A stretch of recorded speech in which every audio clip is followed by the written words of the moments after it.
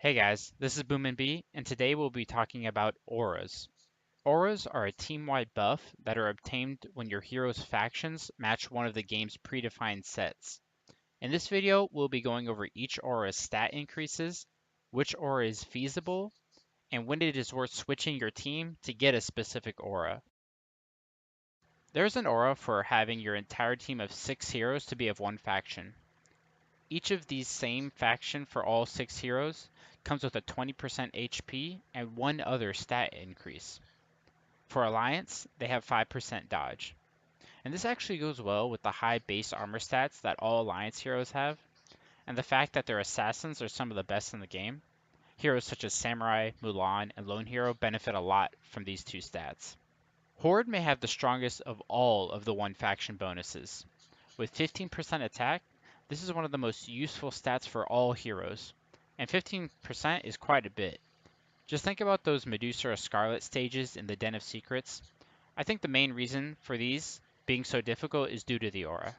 Now Elves get a 5% crit rate, and this may not sound like much, but seeing as the two best Elven heroes are Luna and Centaur, and both of them benefit a lot from crit, it's not a terrible stat. So Undead get 20% armor break. It's kind of ironic that the faction with the least armor get the most armor break. Unfortunately, it isn't as valuable as the other stats provided from the other factions. So Heaven and Hell both get 30% control immune.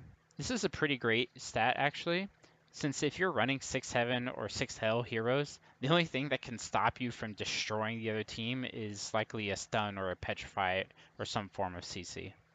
So after the full one faction teams, we have the opposite, one from each faction.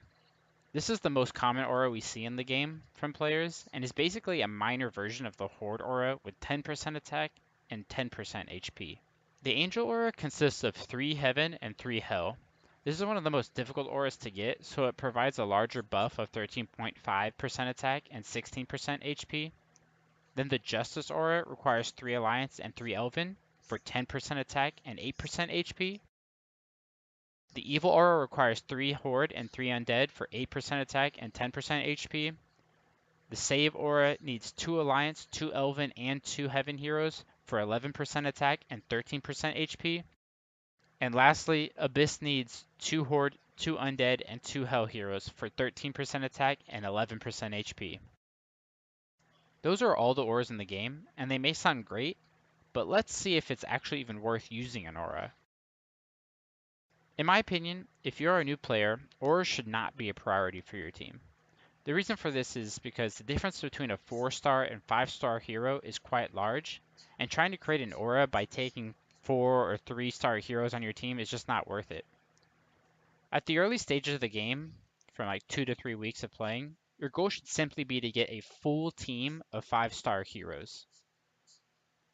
Trying to come up with a reliable aura early on in the game just isn't feasible due to the changes in heroes you're going to get. You know, you may start with this and think this will be my team, but then the game just gives you something else. Then it messes that all up. So don't worry too much about auras early is my main point. Now, let's take a common question I get asked. And I get asked it a lot because it's a common scenario for new players. Say you have 6 5-star heroes, but none of them are Heaven and Hell. But you do have 2 Heaven and Hell 4-star heroes. People often ask me, is it worth adding the 2 Heaven and Hell 4-stars to get the aura and lose out on those 2 5-stars? So to prove this, I want to do some math. And let's use Sir Conrad as an example for a base hero, since he also has a 4 and a 5-star version. A team of 4 5-star Sir Conrads and 2 4-star Sir Conrads have a total of 95,000 health and 12,500 attack. Now, if you add the Hexagon Aura to that team will have a combined total of 104,000 health and 13,500 attack. That's about a 10k health increase and 1,000 attack increase. Now let's compare that to, say, a full team of 5-star Sir Conrads that have no aura. That 5-star team will have a total of 115,000 health and 15,000 attack. That's 10,000 more health and 1,500 more attack than the team with an aura, but with two 4-stars. As you can see, the aura does not bring enough stats for this to be worth it. For the last topic, I want to talk about endgame auras and what this means for players who are trying to build a team of 9-star heroes. Similar to my how to make a 9-star hero video, I want to reiterate that to be most efficient, we need to try and utilize every 5-star hero that the game gives us. And also that we do not always get to decide what heroes we get. So how this relates to auras is basically that unless you're willing to have a lot of unused 5-star heroes, then it would be in your best interest to just ignore auras completely. Now the exception to this rule is the Hexagon Aura. But let me remind all of you that to make a 9-star hero, it requires 28 5-star heroes, 3 of which must be a copy of the hero you want a 9-star. This is not easy and becomes significantly more difficult when you want to 9-star a heaven or hell hero.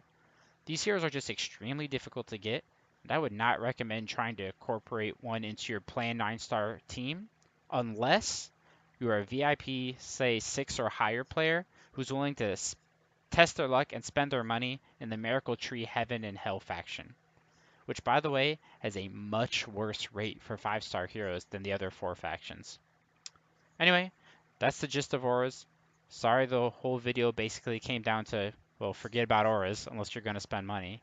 But feel free to try, of course.